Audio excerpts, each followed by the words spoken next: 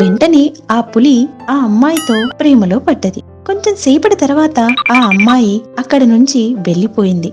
ఆ పులి కట్టెలు కొట్టే వాడితో మాట్లాడాలని నిశ్చయించుకుంది. చెట్టు చాటు నుంచి బయటకు వచ్చింది. పులిని చూడంగానే ఆ కట్టెలు కొట్టే అతను చాలా భయపడిపోయాడు. పారిపోదామని నిర్ణయించుకున్నాడు. అప్పుడు పులి, నన్ను చూసి భయపడవద్దు. నేను నిన్ను ఏమీ చేయను. నాకు మీ అమ్మాయి చాలా నచ్చింది. మీరు ఒప్పుకుంటే మీ అమ్మాయిని పెళ్లి చేసుకోవాలనుకుంటున్నాను అని చెప్పింది. పులి మాటలను విన్న తర్వాత అతనికి కొంచెం భయం తగ్గింది. వెంటనే అతను పులిని మోసం చేసి తప్పించుకోవాలని చాలా చురుకుగా ఒక పథకం ఆలోచించాడు.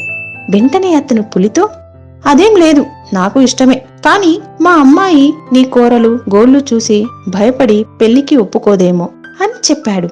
దానికి పులి ఆలోచించకుండా, మీ అమ్మాయి కోసం నేను నా కోరలు